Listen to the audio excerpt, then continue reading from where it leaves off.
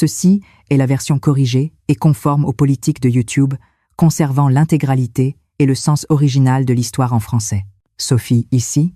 Et si quelqu'un venait? Qui monterait jusqu'ici à cette heure-ci? Marc, cela fait plus d'1 an que je n'ai pas été serré dans des bras comme ça. Bonjour. Je m'appelle Marc Dubois. J'ai 61 ans. J'administre un petit immeuble commercial dans un quartier de Lyon. Ma femme est décédée il y a 4 ans. Pendant tout ce temps, j'ai géré seul le bâtiment, encaissant les loyers. Je n'aurais jamais pu imaginer que la locataire du salon de coiffure, au 1er étage, installée depuis 13 ans, puisse être liée au nom le plus ancien de ma vie. C'était avant notre rencontre inattendue, lors du bénévolat à la fête de la neige de Chamonix en janvier. Voici une histoire racontée par Cœur à Cœur, qui vous transmet des histoires et des profondeurs du monde. Vos abonnements et vos j'aime sont un grand encouragement à partager de meilleurs récits. L'histoire que je vais vous raconter aujourd'hui est celle d'un homme de 61 ans dont la barrière du cœur s'est effondrée sous l'effet d'une tempête de neige avec une locataire dont il n'avait presque jamais vu le visage en 13 ans. L'instant où j'ai découvert la vérité qu'elle cachait, ma vie entière a basculé. Amitié ou amour, qu'aurais-je dû choisir? J'ai toujours cru être un homme d'honneur, ayant respecté mes engagements toute ma vie. C'est pourquoi j'avais si peur. Ce n'était pas un simple sentiment d'attirance, mais la conscience d'une ligne qui, une fois franchie, ne pourrait jamais l'être en sens inverse. Cette tempête n'a pas seulement bloqué un chemin de montagne, elle a enterré ma raison, ma fierté et ma dernière barrière morale. Cœur à Cœur commence maintenant. Après le départ de ma femme, j'ai passé 4 ans à ne faire qu'un aller-retour entre mon immeuble et ma maison. Je me levais le matin, j'allais nettoyer l'immeuble, j'encaissais les loyers, puis je rentrais chez moi et je dormais. C'était tout. Des amis m'appelaient parfois, mais je refusais de sortir. J'avais peur que si je rencontrais des gens, la conversation dévie sur ma femme. L'immeuble est un petit bâtiment commercial de 3 étages à Lyon. Le rez-de-chaussée est une épicerie, le premier est le salon de coiffure et le deuxième était vide. Le salon de coiffure au premier était géré par la même locataire depuis 13 ans. L'enseigne affichait Coiffure Sophie, mais je n'avais jamais vu le visage de la propriétaire. Une seule fois, le jour de l'ouverture, pour les salutations, et c'est tout. Depuis, le loyer était automatique, et les problèmes étaient réglés par SMS. J'évitais délibérément les gens. J'appréhendais qu'ils me parlent de ma femme. En fait, pour être plus précis, je ne voulais pas savoir, plutôt que de ne pas savoir. Vous savez, si le propriétaire et le locataire deviennent trop proches, cela devient toujours inconfortable à un moment donné. J'ai donc mis de la distance dès le début. Je ne montais presque jamais l'escalier vers le 1er étage, et même si j'entendais de la musique ou des rires venant du salon, je faisais semblant de ne pas les entendre. Après le départ de ma femme, les espaces imprégnés de vie humaine étaient au contraire insupportables. C'était l'hiver dernier. Le gérant de l'épicerie m'a tendu un café et m'a dit « Monsieur Dubois, vous n'avez pas l'air en forme ces jours-ci. »« Ah oui? Votre visage est très sombre. Vous devriez faire de l'exercice. » J'ai fait un sourire amer. « De l'exercice? Je n'ai pas fait de promenade depuis 4 ans. Vous connaissez la fête de la neige et de la glace à Chamonix? J'en ai entendu parler. Ils recrutent des bénévoles là-bas, pour environ 1 semaine. J'y vais aussi. Ça vous dirait de venir avec moi? J'ai hésité. Passer 1 semaine avec des étrangers? Mais le regard du gérant était sincère. Vous ne devriez pas rester seul. Cela fait 4 ans que madame est décédée. Cela m'a frappé en plein cœur. 4 ans déjà. Le temps passe si vite. Je vais y réfléchir. Ce soir-là, je suis rentré chez moi et je me suis regardé dans le miroir. Mon visage avait beaucoup vieilli. Mes cheveux blancs s'étaient multipliés et mes rides s'étaient creusées. J'ai pensé que si je continuais ainsi, j'allais mourir. Le lendemain, j'ai contacté le gérant. Je viens avec vous. Mi-janvier, je suis monté dans le bus en direction de Chamonix. Par la fenêtre, on voyait les montagnes enneigées. La neige scintillait sous le soleil. C'était un paysage que je n'avais pas vu depuis longtemps. J'avais l'impression que ma poitrine s'ouvrait un peu. Arrivé au site du festival, les bénévoles étaient rassemblés. Ils devaient être une trentaine. La plupart avaient entre 50 et 60 ans. Mon âge. Le responsable nous a distribué des badges. Le mien portait Marc Dubois. Bonjour. Enchanté de faire équipe avec vous pour la semaine. Alors que je saluais les autres, j'ai entendu une voix derrière moi. Oh, mais ne serait-ce pas Marc? La voix m'était familière, mais j'hésitais. 13 ans suffisent à changer complètement un visage et une allure. C'était une voix familière. Je me suis retournée. Une femme se tenait là. Elle portait une doudoune et un bonnet de fourrure. Son visage m'était vague. Où l'avais-je vue? C'est moi, Sophie. Sophie Lenoir. Le souvenir m'est revenu en un instant. C'était le jour de l'ouverture du salon de coiffure au premier étage. Il y a 13 ans. Une jeune femme était venue me saluer. « Monsieur Dubois, je compte sur vous. Je travaillerai dur. » Je ne l'avais vue qu'une seule fois. Depuis, je n'avais fait qu'encaisser le loyer sans jamais croiser son chemin. La propriétaire du salon de coiffure, du premier étage. Oui, c'est bien ça. Quel hasard. Sophie a souri vivement. Mais son sourire semblait forcé, un peu artificiel. Son visage souriait, mais pas ses yeux. On aurait dit qu'elle forçait à peine un coin de ses lèvres, comme si elle craignait d'être découverte ou qu'elle ne le souhaitait pas. J'ai trouvé ça étrange. Mais je n'ai rien demandé. Après tout, ma propre vie était faite de jours où tout risquait de s'effondrer si quelqu'un y mettait le nez. En la regardant de plus près, elle était très différente d'avant. Il y a 13 ans, elle avait 29 ans, elle en avait 42 aujourd'hui. Des rides étaient apparues autour de ses yeux et ses joues étaient creusées. Elle avait l'air fatiguée. « Comment vous êtes-vous retrouvé ici ?» Pour me changer les idées. « Et vous, Marc ?»« Moi aussi, c'est un peu ça. » Le responsable a tapé dans ses mains. « Bon, maintenant, nous allons former les équipes. Nous allons travailler par binôme. » Sophie s'est approchée de moi. « Ça vous dirait qu'on fasse équipe ensemble ? C'est plus facile de travailler avec quelqu'un qu'on connaît. » J'ai hoché la tête. En fait, je ne la connaissais pas vraiment. Mais c'était mieux que d'être avec un parfait inconnu. D'accord. Une fois les équipes formées, nous nous sommes dirigés vers les logements. Les hommes et les femmes étaient séparés. Je suis sortie après avoir défait mes bagages, et Sophie m'attendait dans le couloir. « Marc, on va dîner ?» Oui. Nous sommes allés dans un restaurant près du site du festival.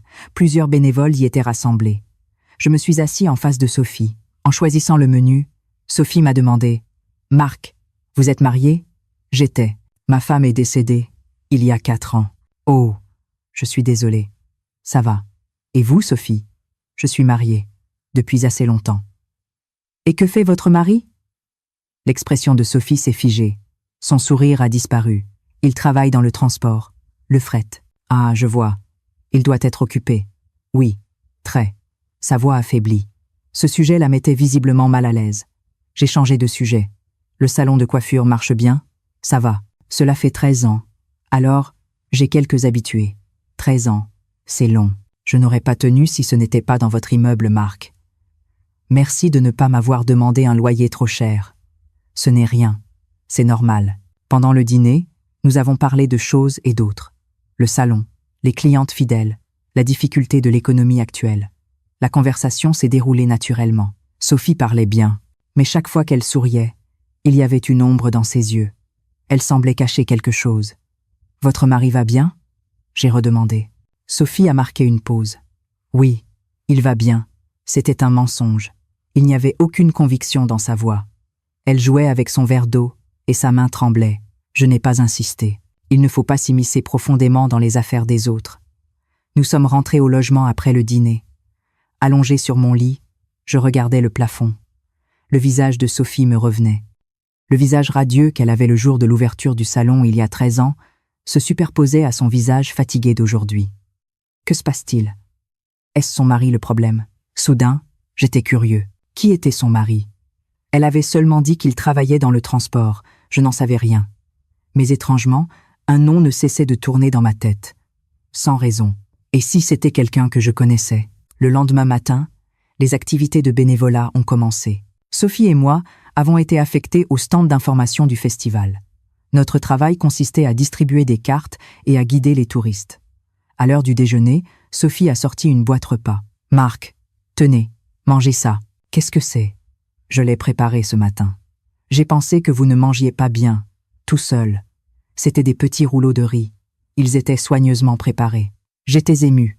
Merci. Je vais bien manger. Bon appétit. J'ai pris une bouchée. Il y avait des légumes, du jambon, du cornichon. L'assaisonnement était parfait. C'est vraiment délicieux. Tant mieux. Sophie a souri. C'était un vrai sourire cette fois. L'ombre autour de ses yeux avait disparu pour un moment. Ce soir-là, de retour à mon logement, j'ai regardé mon téléphone. J'avais un appel manqué. C'était Luc Lefebvre, mon ami d'école secondaire, mon ami depuis 43 ans. 43 ans. Un vieil ami, je l'ai rappelé. « Allô Luc, qu'est-ce qu'il y a ?»« Salut Marc, quoi de neuf? Je suis bénévole à la fête de la neige. Toi? Tu ne fais jamais ce genre de choses, pour me changer les idées. » Luc a ri. « C'est bien. Ne reste pas seul chez toi.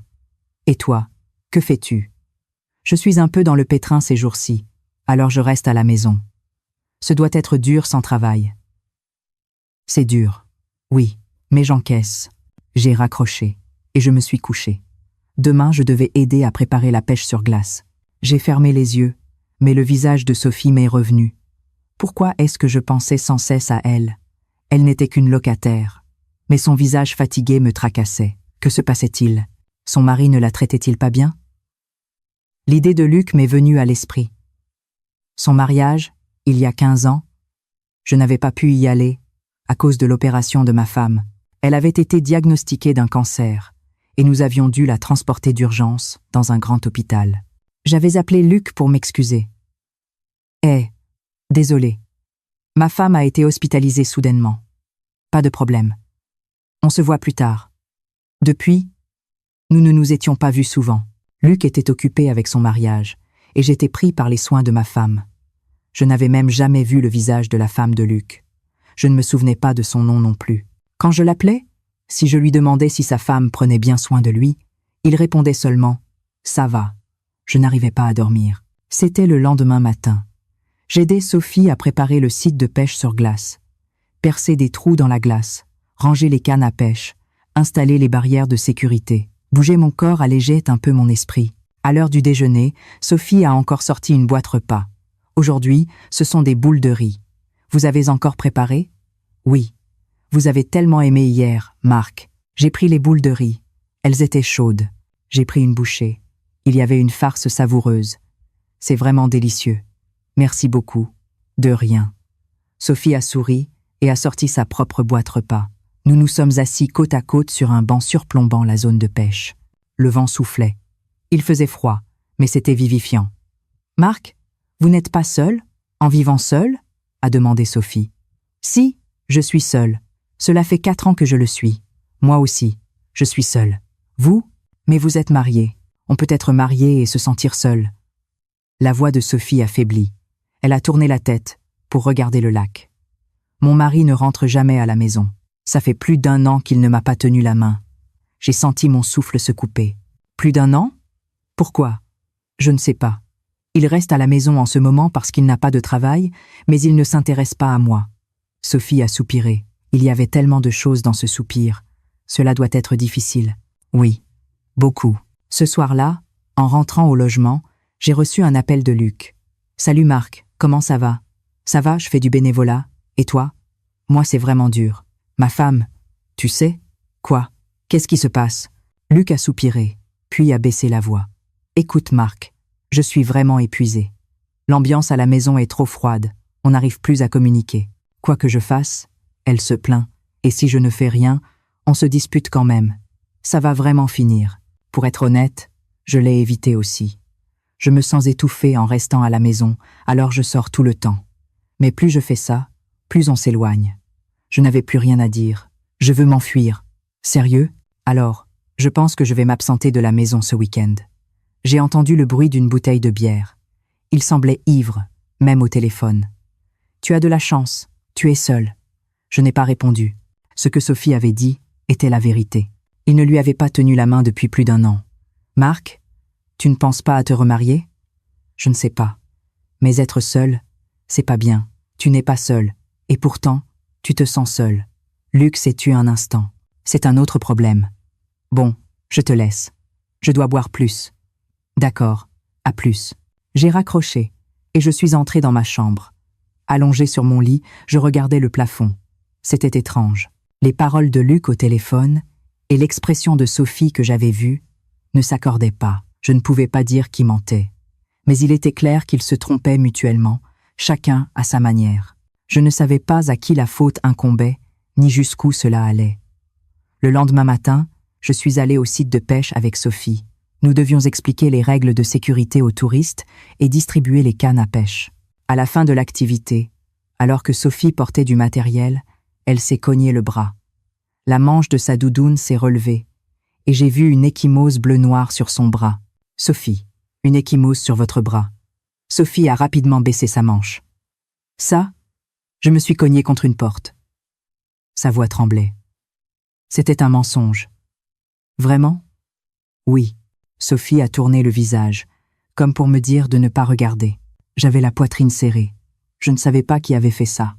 Mais cette ecchymose ne ressemblait pas à un simple coup contre une porte. À l'heure du déjeuner, Sophie a encore sorti une boîte repas. Aujourd'hui, c'était des petits sandwichs variés. « Sophie, vous n'avez pas d'amis ? » ?»« Si, mais je ne les vois plus beaucoup ces jours-ci. Je n'ai pas le temps. Je suis trop occupée avec le salon. » Sophie a marqué une pause. « Oui. Et je fais d'autres petits boulots. »« D'autres boulots ? » ?»« Je fais des massages le soir. J'ai besoin d'argent. » Sa voix était faible. « Ce doit être difficile. Ça va. Je suis habituée. » Sophie a essayé de sourire, mais le sourire n'est pas venu. Le coin de ses yeux tremblait. Je voulais lui demander pourquoi elle avait besoin de tant d'argent et ce que faisait son mari. Mais je n'ai pas pu. C'était trop personnel. Ce soir-là, je n'ai pas trouvé le sommeil. L'ecchymose de Sophie me revenait. Est-ce son mari qui a fait ça ? Cette pensée m'a traversé l'esprit, et j'ai eu froid dans le dos. Mais je ne pouvais pas être sûre. Qui, pourquoi, et pour quelle raison avait laissé cette marque ? Une chose était sûre, cependant. Le regard qu'elle affichait en disant « ça va » ne semblait pas du tout aller. Cette nuit-là, j'ai pensé pour la première fois, la femme que je suis en train de regarder est l'épouse de quelqu'un. Rien que ce fait était déjà dangereux. Peu importait qui était son mari, si je m'immisçais, la vie de quelqu'un pouvait être ébranlée. Malgré tout, une partie lâche de mon cœur murmurait « juste une fois de plus ». Ces pensées me terrifiaient. Je craignais que si je pensais à quelqu'un que je connaissais, je ferais des suppositions encore plus dangereuses. Mais le doute ne disparaissait pas. C'était le 3e jour. Le temps était étrange depuis le matin. Le ciel était bas et gris. « Il va neiger, aujourd'hui », a dit Sophie en regardant le ciel. Ils ont dit un peu « ça devrait aller », a répondu le responsable. Nous étions chargés de superviser la pêche sur glace. Nous avons emmené les touristes sur la glace. La matinée a été agréable. Il y avait même un peu de soleil. Mais vers 2 heures de l'après-midi, il a commencé à neiger. Au début, c'était léger, puis les flocons sont devenus plus gros. « Redescendons tous !» a crié le responsable. Les touristes se sont dépêchés de rentrer vers le site du festival. Les bénévoles sont descendus un par un. « Marc, on y va aussi. On doit ranger le matériel. » Sophie et moi avons rangé les cannes. La neige s'est intensifiée. Le vent aussi.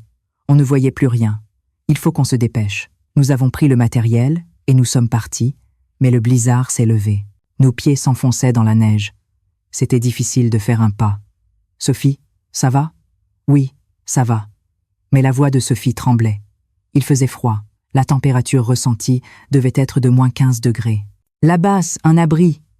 Sophie a pointé du doigt. On voyait un vieux chalet à l'extérieur du site. Nous y avons couru. Nous avons poussé la porte et nous sommes entrés. Il faisait tout aussi froid à l'intérieur, mais le vent était bloqué. Un vieux plancher en bois, quelques fenêtres, quelques couvertures dans un coin. « Il n'y a pas de chauffage », a dit Sophie, les dents qui claquaient. « Couvrons-nous avec des couvertures. » J'ai pris les couvertures dans le coin. Elles étaient poussiéreuses, mais c'était mieux que rien. Je les ai tendues à Sophie. « Vous aussi, vous devez avoir froid, Marc. Ça va. Couvrons-nous ensemble. » Sophie a déplié la couverture et nous a enveloppés tous les deux. Nos épaules se touchaient. Je sentais la chaleur de son corps. Dehors, le vent hurlait. Le blizzard secouait les fenêtres. Nous étions assis côte à côte, attendant que la tempête s'apaise. « Vous avez très froid, n'est-ce pas ?»« Oui, un peu. » La voix de Sophie tremblait. Son corps tremblait aussi. J'ai tiré la couverture plus près. « Asseyez-vous plus près. On doit partager notre chaleur corporelle. » « D'accord. » Sophie s'est blottie contre moi. Ce n'était plus juste nos épaules, mais nos flancs qui se touchaient. Je sentais son tremblement. Le temps passait.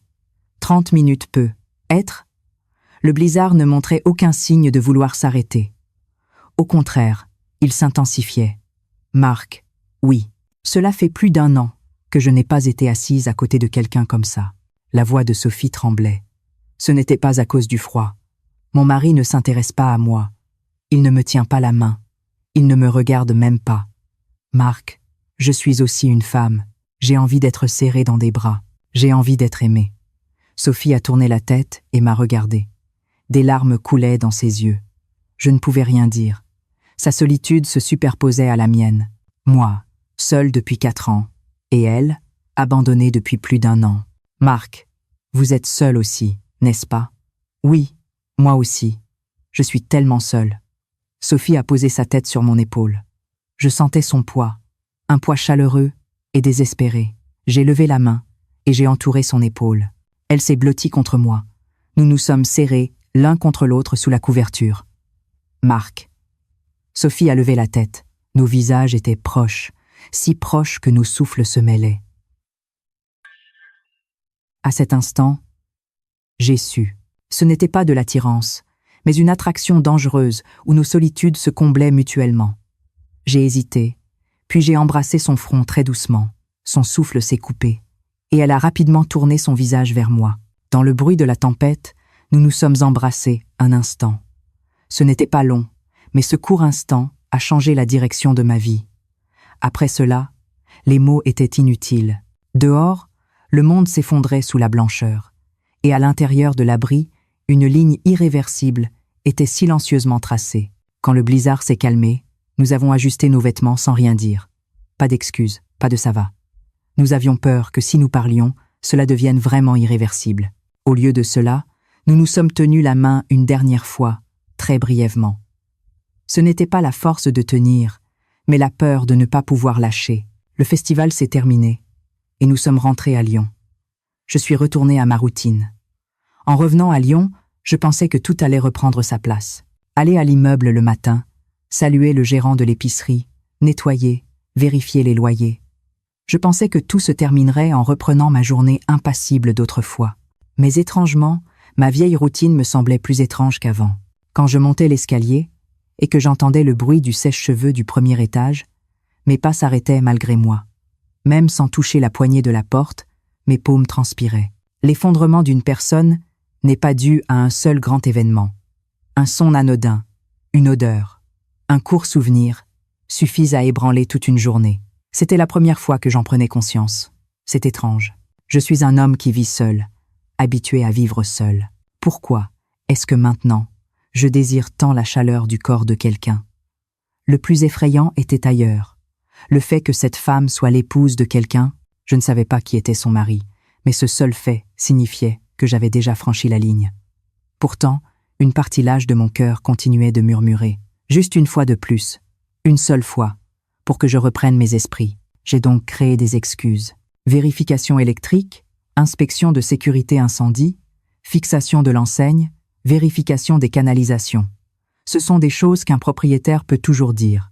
Les mots étaient la première chose, et mon cœur se cachait derrière. Devant la porte du premier étage, j'ai regardé l'enseigne un instant. Coiffure Sophie. Pourquoi ces lettres me semblaient-elles si nettes? Pendant 13 ans, ce n'était qu'une enseigne. Mais à partir de ce jour, c'était un nom. Avant d'ouvrir la porte, je me suis demandé, est-ce bien ce que je fais? Ne vais-je pas la bouleverser davantage? Ne suis-je pas sur le point de commencer quelque chose d'irréversible? Mais ma main ne s'est pas arrêtée. J'avais l'impression que ma tête freinait, mais que mon cœur accélérait. Et en ouvrant la porte, j'ai eu une autre confirmation. Ce n'était pas de l'amour, mais un choix qui pouvait détruire des vies. Pourtant, les mots « je ne ferai pas ce choix » ne sont jamais sortis de ma bouche. Mais tout avait changé. Je ne cessais de penser à Sophie. Je ne pensais qu'à elle toute la semaine. Son tremblement, sa chaleur, ses larmes.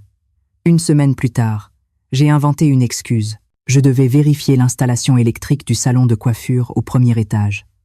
En fait, c'était un prétexte. Je voulais la voir.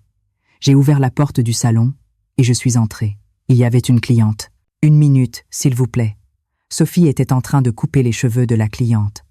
Je me suis assis sur une chaise dans un coin et j'ai attendu. 30 minutes plus tard, la cliente est partie. Nous étions seuls dans le salon. Marc, Sophie a verrouillé la porte. Elle a retourné le panneau ouvert pour mettre « En préparation ». Avant que je puisse dire quoi que ce soit, Sophie s'est approchée de moi, et elle m'a serré dans ses bras. Tu m'as manqué. Toi aussi. Nous nous sommes enlacés à l'intérieur du salon. C'était en plein jour, mais peu importait.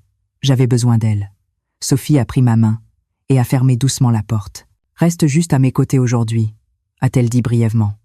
Les stores ont été baissés, et le bruit du salon s'est estompé. Nous avions un besoin vital de cette présence. Longtemps après, je suis montée seule sur le toit de l'immeuble. Le vent était froid, mais ma poitrine était étrangement chaude. Et j'ai su que cette chaleur était la flamme même que je craignais le plus.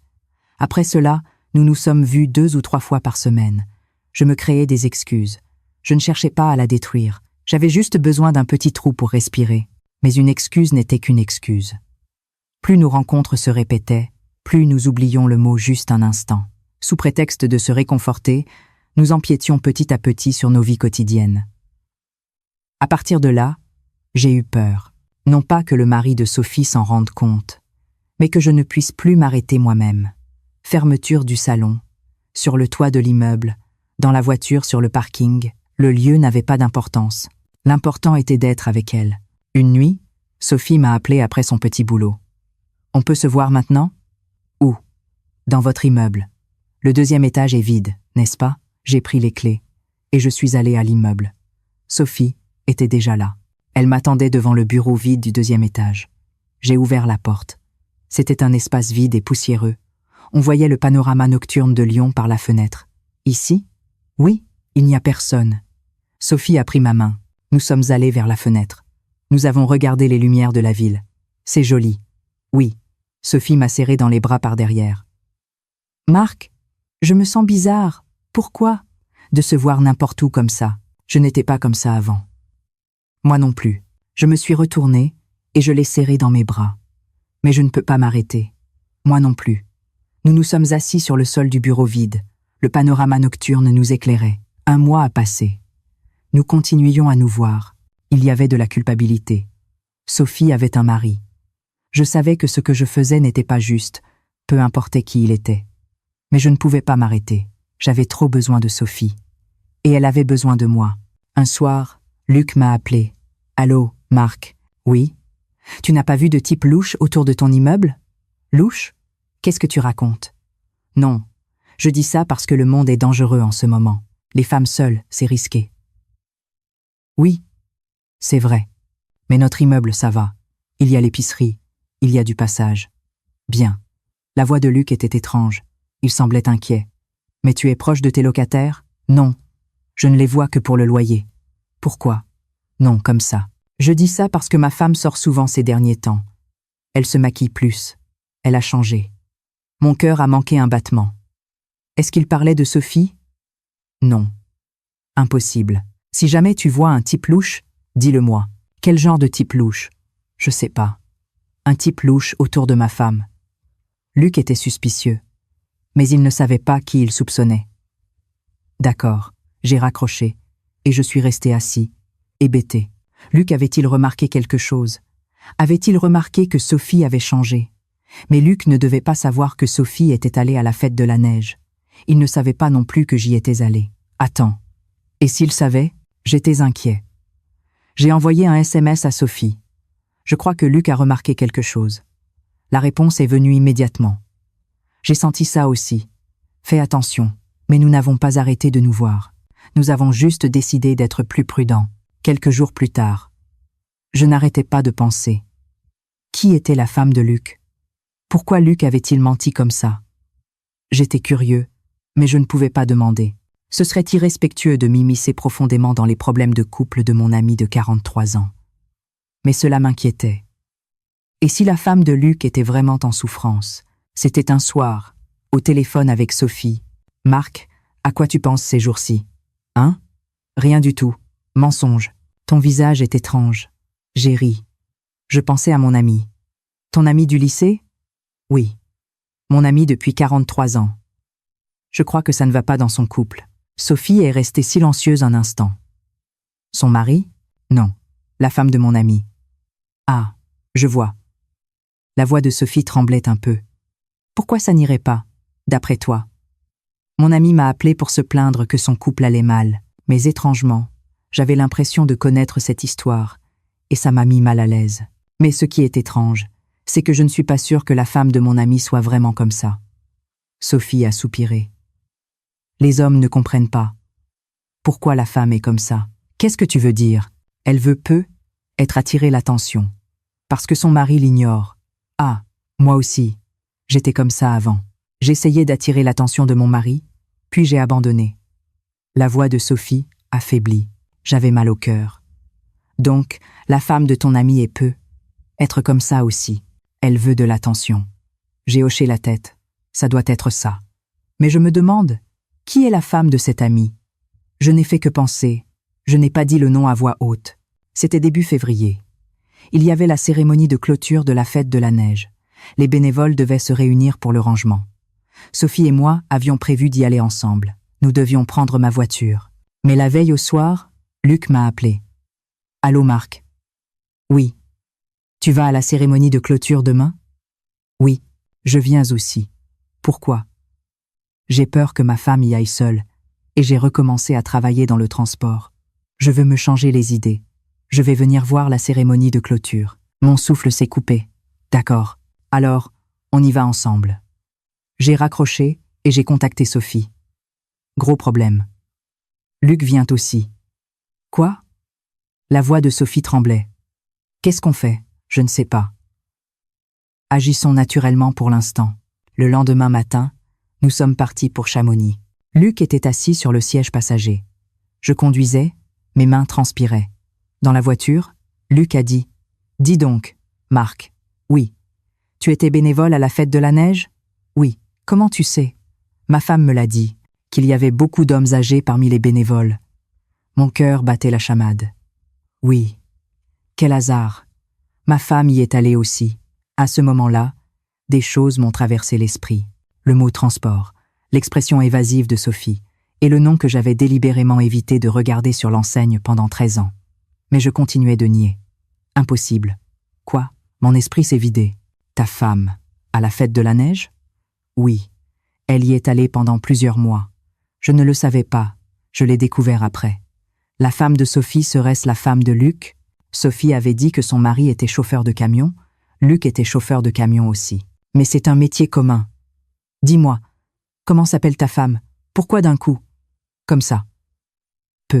Être que je l'ai vue. Luc m'a regardé un instant. Pourquoi? Tu as vu une jolie femme? Non. Comme ça. Son nom. Sophie. Le monde s'est arrêté. Ma main sur le volant tremblait. Sophie Lenoir? Mon cœur battait dans mes oreilles. Je transpirais des mains. J'ai regardé Luc, assis à côté de moi. Mon ami souriait. 13 ans. Elle était locataire dans mon immeuble depuis 13 ans. C'est seulement là que j'ai réalisé. Luc s'était marié il y a 13 ans.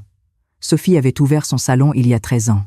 Même année, la mariée avait 29 ans il y a 13 ans, Sophie avait 29 ans. Même âge. Pourquoi n'avais-je pas fait le lien plus tôt? Le mari chauffeur de camion. Luc, chauffeur de camion. 15 ans de mariage. 15 ans de mariage pour Luc. Tout s'accordait. J'ai serré les lèvres. Mes mains sur le volant tremblaient. « Hé, Marc !» Luc m'a tapé sur l'épaule. « Oui. Qu'est-ce que tu as? Tu es malade? » « Non.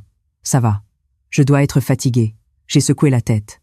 Luc a regardé par la fenêtre. « Mais dis-moi, qui est-ce que ma femme a rencontré là, bas? » « Quoi? Elle est allée faire du bénévolat pendant plusieurs mois. Elle n'est sûrement pas allée seule. Mon cœur s'est effondré. Alors, elle a rencontré un homme? Luc a dit en riant. Je plaisante. Mais il ne faudrait pas qu'elle ait fait ça. Je n'ai pas pu répondre. J'ai juste regardé devant moi. 30 minutes avant d'arriver au site du festival. Cela allait être les 30 minutes les plus longues. Arrivée au site, Sophie était déjà là. Quand elle nous a vus, son visage est devenu blanc. « Salut Sophie !» Luc a agité la main. À cet instant, j'ai senti que tout s'écroulait. Sophie. Le nom que Luc prononçait était le nom de ma locataire. Mon esprit s'est vidé. J'avais froid aux mains et aux pieds. J'étouffais. La femme de mon ami de 43 ans était ma locataire. La femme à qui j'avais encaissé le loyer pendant 13 ans était la femme de mon ami. La femme que j'avais rencontrée pendant 1 mois était la femme de mon ami. « Oh, qu'est-ce que tu fais là ?» La voix de Sophie tremblait aussi. Nous avons fait le tour du site tous les 3. Nous avons aidé au rangement, démonté les tentes, ramassé les déchets. Sophie et moi n'avons pas pu nous regarder dans les yeux. Nous n'avons pas pu parler correctement. Luc était constamment entre nous. C'était l'heure du déjeuner. Nous nous sommes assis au restaurant tous les trois. Luc a commandé une bière. « Allez, Marc, on boit un coup. » Oui, en buvant la bière, Luc a demandé. « Vous vous voyez souvent tous les deux ces jours-ci » Non. Sophie et moi avons répondu en même temps. Luc a ri. « Eh bien, vous êtes synchronisés. » Quoi ? Votre réponse est la même. Un silence s'est installé. Ma femme était bizarre ces derniers temps. Elle faisait attention à son maquillage. Elle sortait souvent. Luc a regardé Sophie. « Tu as un autre homme ?» Sophie a laissé tomber ses couverts. Le bruit a résonné. « Qu'est-ce que tu racontes ?»« Non. Vraiment ?» Luc m'a regardé. « Hé, Marc, est-ce que tu aimes ma femme, toi ?» Mon cœur s'est arrêté. « Qu'est-ce que tu racontes ?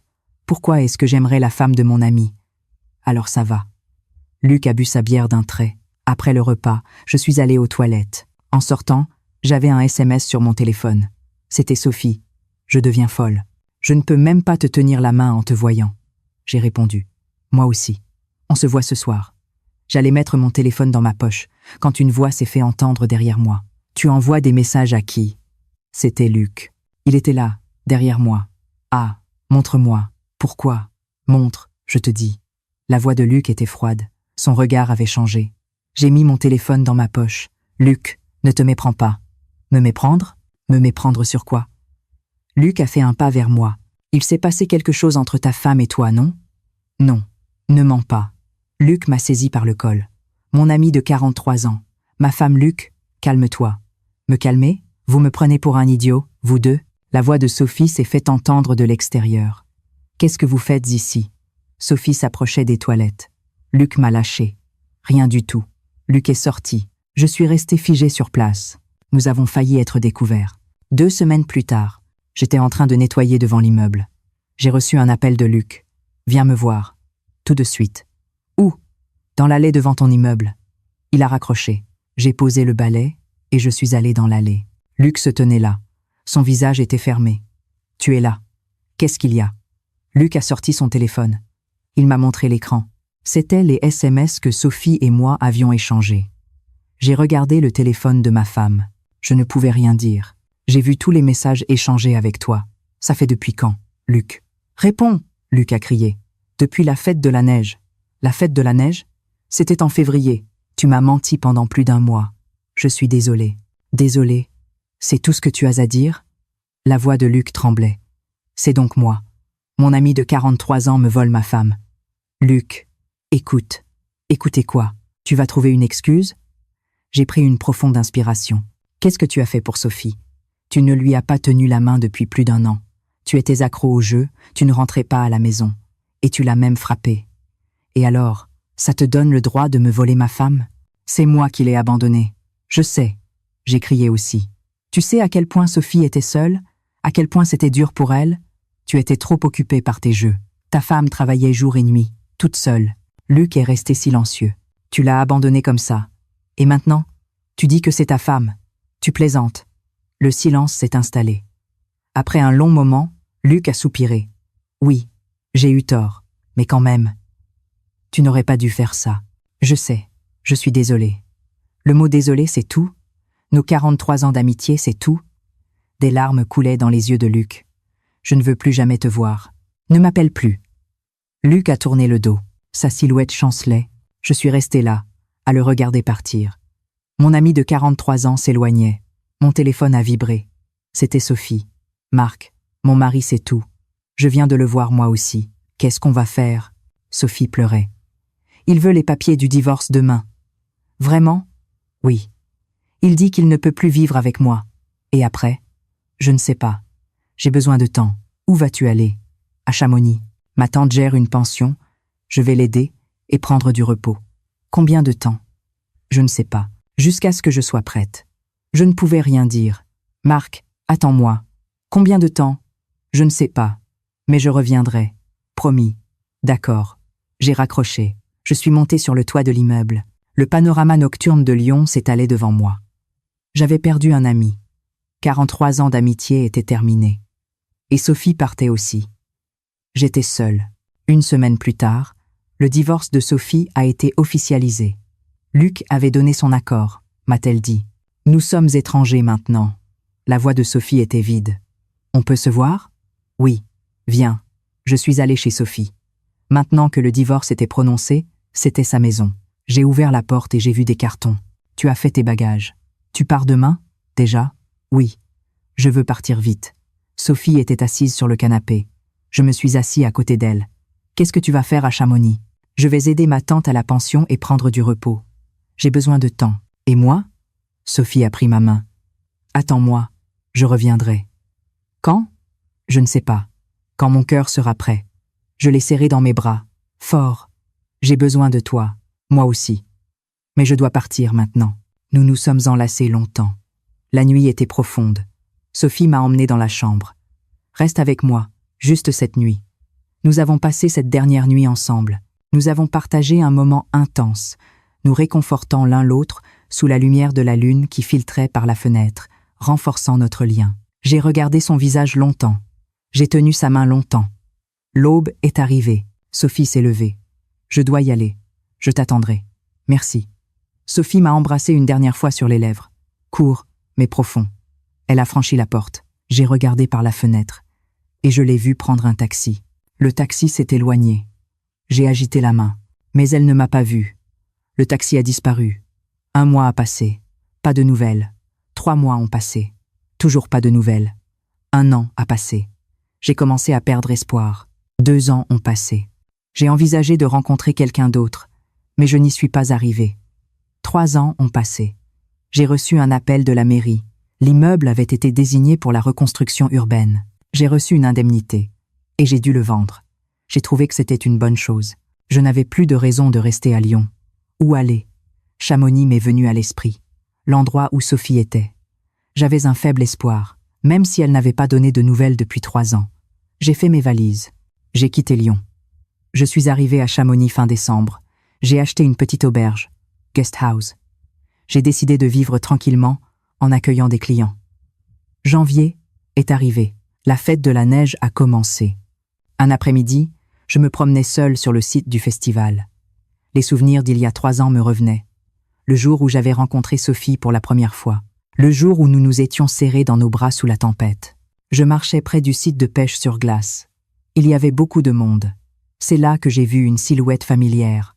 La taille, la ligne des épaules, la façon de marcher. Mon cœur battait. Sophie. J'ai appelé doucement. Elle s'est arrêtée. Elle s'est retournée lentement. C'était Sophie Lenoir. Ses cheveux étaient plus courts. Son visage était un peu différent. Mais c'était elle, Marc. Ses yeux se sont écarquillés. Nous nous sommes regardés, figés. Après 3 ans, qu'est-ce que vous faites ici? J'ai demandé en premier. J'habite ici. Depuis 3 ans. Je vois. Et vous, Marc? Vous êtes en voyage? Non. J'habite ici aussi. J'ai emménagé il y a 1 mois. La surprise a traversé le visage de Sophie. Vraiment, vraiment, le silence s'est installé. J'avais tellement de choses à dire, mais aucun mot ne sortait. Pourquoi tu ne m'as pas appelé? J'ai demandé. Je suis désolée. Des larmes coulaient dans les yeux de Sophie.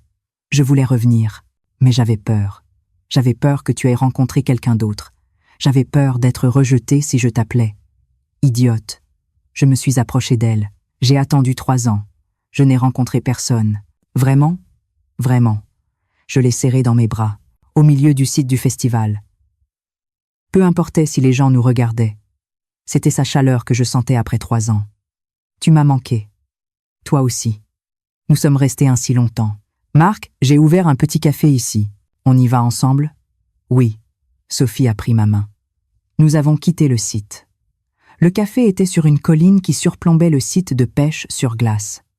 C'était un petit espace, mais chaleureux. Je l'ai ouvert il y a 1 an. Toute seule? Oui. J'ai aidé ma tante à la pension. J'ai économisé de l'argent. Et je l'ai ouvert. Sophie a préparé le café. Nous nous sommes assis près de la fenêtre. On voyait le site de pêche. Marc, qu'est-ce que tu as fait pendant 3 ans? Je t'ai attendu. Vraiment? Vraiment. J'ai vendu l'immeuble et je suis venue ici, pour te trouver. Sophie a commencé à pleurer. Je suis désolée. J'ai été lâche. Ça va. On s'est retrouvés maintenant. J'ai pris sa main. Je ne te quitterai plus. Je ne partirai plus. Je te le promets. Moi non plus. Nous avons regardé par la fenêtre. On voyait les gens qui pêchaient sur la glace. C'était la même glace où nous avions marché il y a 3 ans. Marc, regarde. Sophie a pointé du doigt. Là-bas, l'abri. L'endroit où il y avait la tempête? Oui. Tu t'en souviens? On va le voir? Maintenant? Oui. Nous avons quitté le café et nous avons marché vers l'abri. Nous avons marché côte à côte sur la glace. L'abri était le même, le vieux bâtiment en bois. Nous avons ouvert la porte et nous sommes entrés. Ici, c'est l'endroit où tout a commencé. Oui. Sophie a pris ma main. Tu ne regrettes rien? J'ai demandé. Non. En te rencontrant, j'ai recommencé à vivre. Moi aussi, nous nous sommes serrés dans les bras. Comme il y a 3 ans, la lumière du soleil entrait par la fenêtre. La neige scintillait. Marc. Oui. Vivons ensemble maintenant. Oui, pour toujours. Pour toujours. Nous avons quitté l'abri. Nous avons marché sur la glace. Nous nous tenions la main. Nos empreintes de pas étaient côte à côte sur la neige. Je m'appelle Marc Dubois. J'ai 61 ans. J'ai perdu un ami. J'ai brisé une amitié. Mais je ne regrette rien. Sophie a ramené le printemps dans ma vie. Moi qui étais mort pendant 4 ans, j'ai réappris à respirer. Aujourd'hui, nous vivons ensemble à Chamonix. Sophie gère le café et moi, l'auberge. Chaque matin, nous nous promenons ensemble sur le site de pêche sur glace. Nous passons devant l'abri où nous nous étions serrés dans nos bras sous la tempête il y a 3 ans. Peu importe ce que le monde pense. Je suis aux côtés de la personne qui m'aime. C'est ma vie. Une vie sans regret. L'histoire d'aujourd'hui se termine ici. C'était l'histoire de Marc Dubois, 61 ans, tombé amoureux de sa locataire depuis 13 ans, qui s'avérait être l'épouse de son ami de 43 ans. Je voudrais vous demander, chers abonnés, est-ce moi qui ai eu le plus tort? Est-ce un péché d'aimer la femme de mon ami? Ou est-ce la faute de l'ami qui a abandonné sa femme pendant plus d'1 an? Laissez-nous votre avis honnête en commentaire. Qu'auriez-vous fait à ma place? Merci d'avoir écouté l'histoire d'aujourd'hui.